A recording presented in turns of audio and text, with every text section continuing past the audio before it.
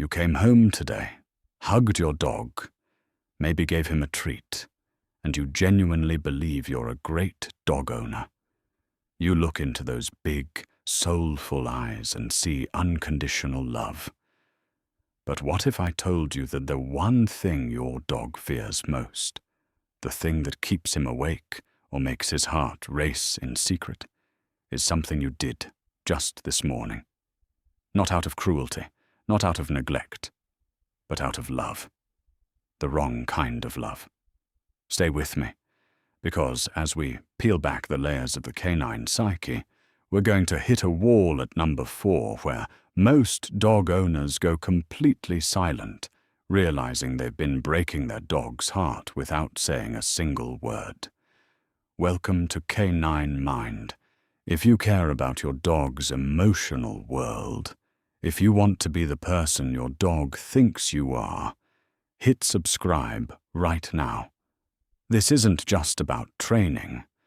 It's about the soul of the creature sleeping at your feet. Science has finally confirmed what many of us suspected. Dogs aren't just biological machines that eat, sleep, and fetch. They possess an emotional intelligence roughly equivalent to a 2-year-old human child. They feel joy, frustration, insecurity, and yes, a very real sense of heartbreak. The tragedy is that most of the things hurting them aren't the obvious ones like a loud noise or a missed meal. They are the small, daily, well-intentioned habits that slowly, invisibly chip away at your dog's trust, confidence, and long-term happiness. Let's dive into the first one. And this one hits incredibly hard because it's often disguised as training. Number 1, you take their food away to test them. Think about the chemistry of your dog's brain the moment you reach toward their bowl mid-meal. In your mind, you're checking for resource guarding. You're making sure he's submissive. But in his brain, a primal alarm is screaming. Dogs are the descendants of apex predators that competed for every scrap. Their nervous system is wired to treat food as a survival resource, not a luxury. When you repeatedly remove that food, even playfully, even with a smile, you aren't teaching obedience. You are triggering an ancient, deep-seated fear response that says, "This resource is not safe. My provider is unpredictable." This is the actual origin story of food aggression. It doesn't start with a bite. It starts with a subtle stiffening of the spine, a dog eating faster and faster to finish before the thief returns. You are creating the very monster you're trying to prevent. To fix this, stop the testing. Instead, become the bringer of better things. Drop a piece of steak into the bowl while they're eating. Make your hand a symbol of abundance, not a symbol of loss. As we move to number 2, we look at the first 5 minutes of your day when you walk through the front door. You greet your dog with high-pitched, explosive energy.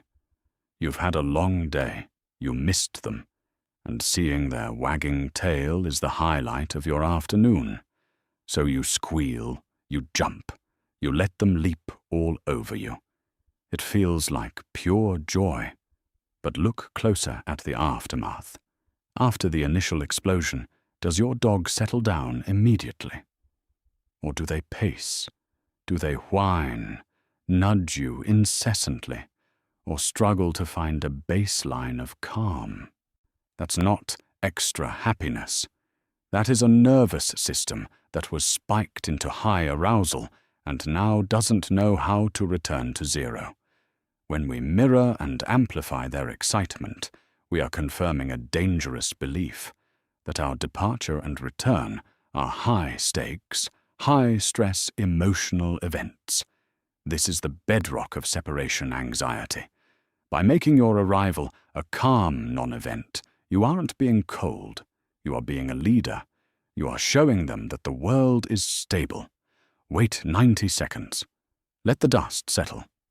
Then greet them with a low voice and a gentle stroke. A stable dog is a happy dog, and stability starts with your energy at the door. This leads us directly into a tool that is often weaponized by mistake. Number 3. You use the crate as a place of punishment. By evolutionary design, dogs are den animals. But their ancestors didn't see enclosed spaces as cages. They saw them as sanctuaries, the only places where they could truly sleep without one eye open. A crate should be your dog's private bedroom, a fortress of solitude where the world stops making demands. But then, your dog chews a shoe or has an accident, and you point to the crate with anger in your voice. Go to your crate. In that split second, you have committed a psychological betrayal. You have linked their only safe haven to your disapproval and rejection. Now, the crate isn't a sanctuary. It's a solitary confinement cell. Dogs that once slept peacefully in their crates begin to whine, scratch, and panic, because the space now smells like stress and failure. If your dog needs a time out, redirect them calmly. Never let the crate be the bad place. Build it back up with treats, meals, and soft words. If they don't choose to go there when they're tired, you haven't built a den, you've built a box. Now, we reach the point I warned you about. Number 4. You laugh at your dog when they are scared. This is where most owners realize they've failed the trust test. A thunderstorm rolls in, or a vacuum cleaner starts humming, or a firework goes off.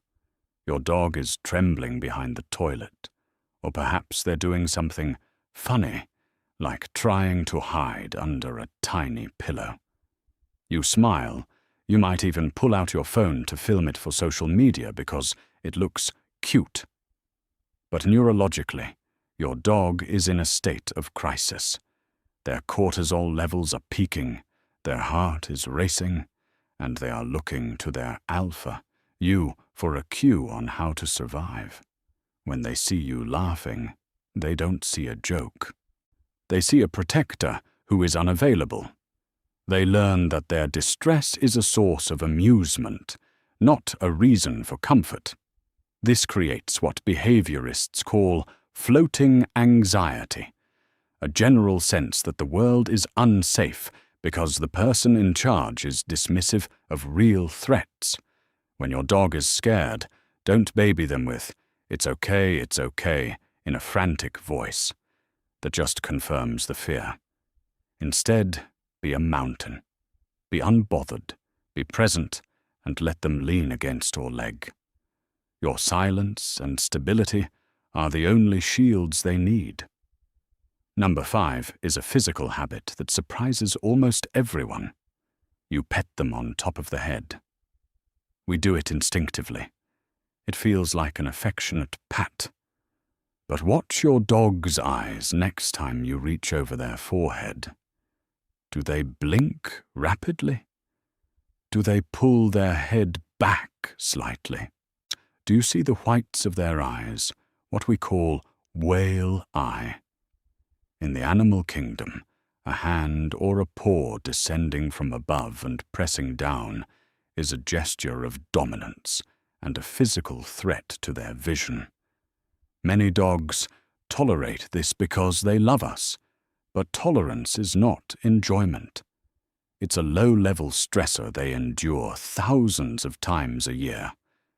To truly show affection in a way they understand, go for the chest, the chin, or the sides of the neck. When you pet a dog's chest, they can see your hand. They feel no threat to their personal space, and it actually stimulates the release of oxytocin, the bonding hormone, more effectively than a head pat ever could. Stop patting, start stroking. Watch their body go limp with genuine relaxation instead of stiffening with polite tolerance. as we move into the second half of our list, that we encounter a ghost that haunts many households. Number 6. You are inconsistent with your rules. This is the silent killer of canine confidence. On Monday, you're wearing old clothes, so you let the dog jump up to say hello. On Tuesday, you're wearing a suit for a meeting, and you yell at them for doing the exact same thing. On Wednesday, they're allowed on the sofa because you're lonely. On Thursday, they're kicked off because you have guests. To a dog, this is psychological chaos. They don't have a concept of sometimes or it depends on the outfit. They think in black and white, in patterns and consequences. When the rules change based on your mood, the dog loses the ability to predict their environment. An animal that cannot predict its environment is an animal in a constant state of high alert.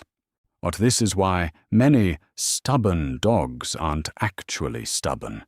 They're just confused and anxious. They've stopped trying to follow the rules because the rules feel like a moving target. Pick a boundary and hold it with kindness.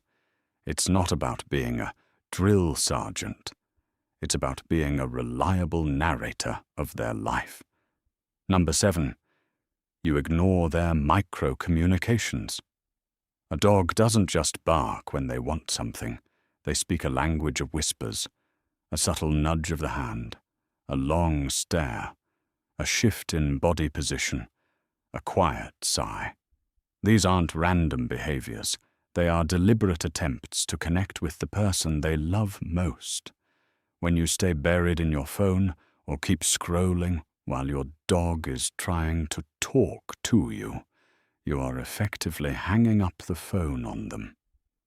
If this happens consistently, or dogs enter a state of learned helplessness, they stop trying. They become easy or quiet. But inside, they have given up on the relationship. They've decided that their voice doesn't matter.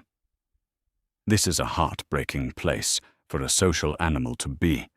You don't have to play fetch for an hour every time they nudge you, but you should acknowledge them. A simple, "I see you, buddy," or a 2-second scratch behind the ears tells them the channel of communication is still open. It validates their existence in your pack. Then there is the issue of volume. Number 8. You shout when they misbehave. We've all been there. The frustration of finding a chewed rug or a mess on the floor. Our human instinct is to raise our voice.